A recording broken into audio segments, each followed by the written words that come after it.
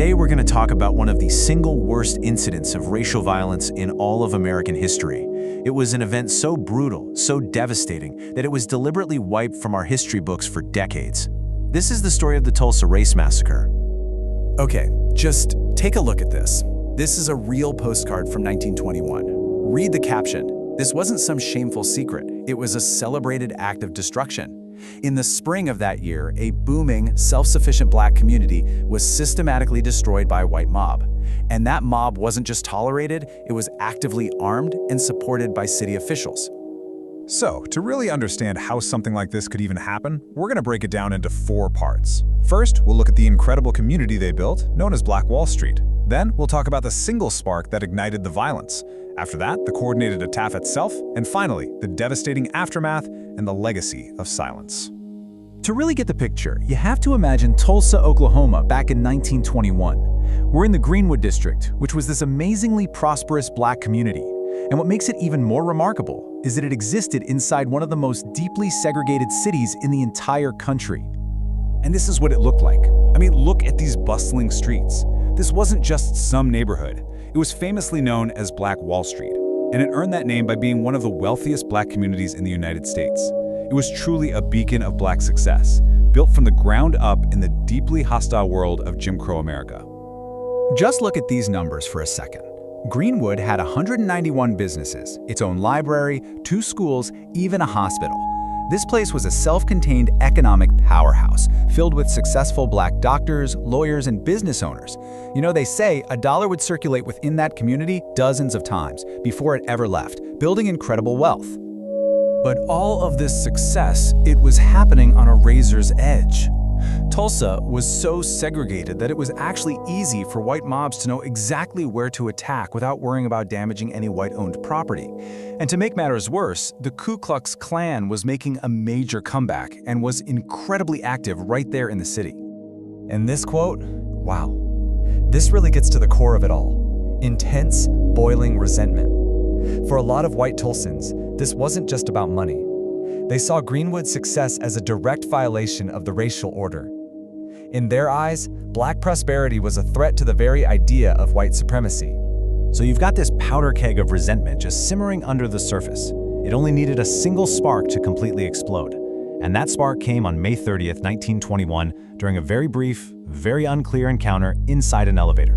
Let's just walk through the timeline, because it all happened with terrifying speed. A young black man, Dick Rowland, is accused of assaulting a white woman, Sarah Page. He's arrested.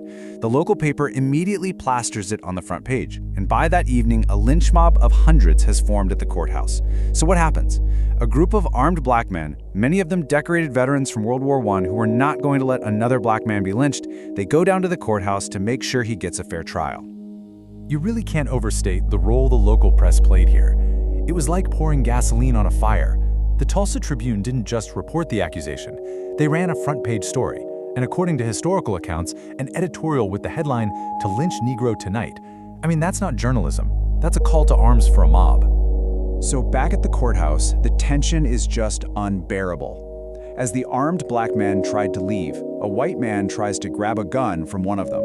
A struggle breaks out, a single shot is fired, and in the sheriff's own words, all hell broke loose.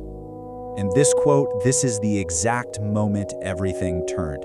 This is when it goes from a standoff to a state-sanctioned attack. Instead of trying to break up the white mob, Tulsa police officials actually deputized them. They handed them badges and weapons and officially turned a lynch mob into an arm of the state.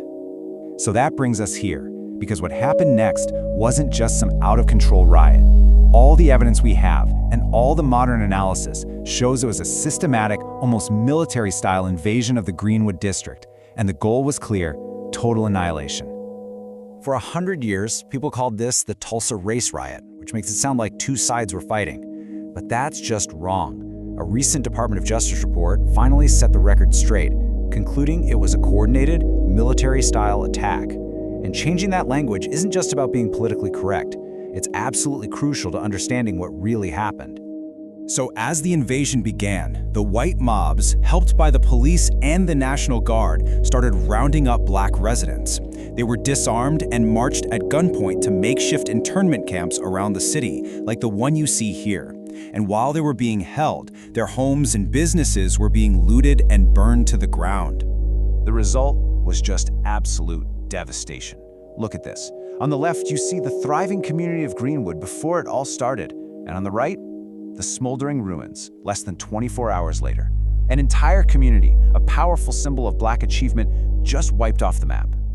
You know, the physical destruction was horrifying, but it was just the beginning. The attack was followed by a century of silence, where the people who did this, and the city itself, worked to completely erase the massacre from history. The scale of it all is just hard to comprehend. In total, 35 city blocks, the entire commercial and residential heart of Black Wall Street, were systematically looted and then burned to the ground. And the human cost was just staggering. For decades, the official death counts were kept deliberately low. But today, historians estimate that up to 300 people were murdered, over 800 were injured, and 10,000 Black residents were left homeless, literally overnight. An entire community was displaced by a single act of terror. And almost immediately, the official story began to take shape. Blame the victims. This is Tulsa's mayor, just days after the massacre, calling it a Negro uprising. Not long after, an all-white grand jury cleared the white mob of any wrongdoing and officially blamed the Black community for the destruction of their own neighborhood. And what followed that official narrative was a shockingly successful campaign to erase the massacre from memory. For decades, it was simply gone from newspapers, textbooks, and public conversations.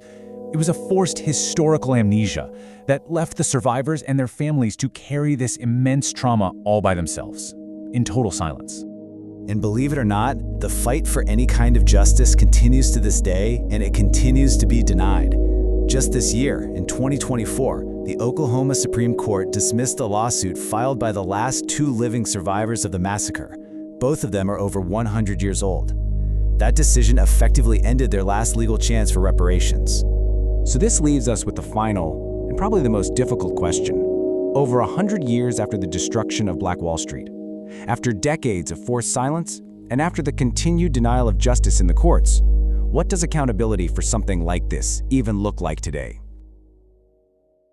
Thanks for watching. Subscribe.